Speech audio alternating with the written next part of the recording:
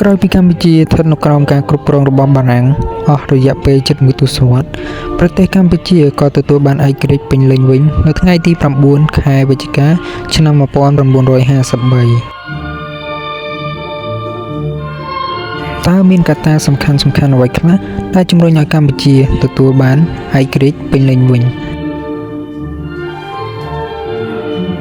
ក្នុងវីដេអូនេះខ្ញុំនឹងលើកយកកត្តាដែលធ្វើឲ្យកម្ពុជាទទួលបានឯករាជ្យពេញលេញវិញពីបារាំងកត្តាទី1គឺភាពទន់ខ្សោយរបស់មហាអំណាចអាណានិគមបារាំង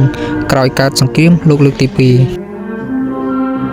ទី2ចលនារំដោះជាតិពីនឹមអាណានិគមនៅទ្វីបអាស៊ីអាមេរិកឡាទីនមានការសហការគ្នាយ៉ាងរឹងមាំទី3រដ្ឋធម្មនុញ្ញរបស់អង្គការសហប្រជាជាតិដែលគាំទ្រដោយសហរដ្ឋអាមេរិកនិងសហភាពសូវៀតប្រឆាំងនយោបាយអាណានិគមទី4ចលនាទាមទារឯករាជ្យរបស់ប្រទេសកម្ពុជាការតស៊ូដោយប្រដាប់អាវុធដឹកនាំដោយខ្មែរអ៊ីស្រា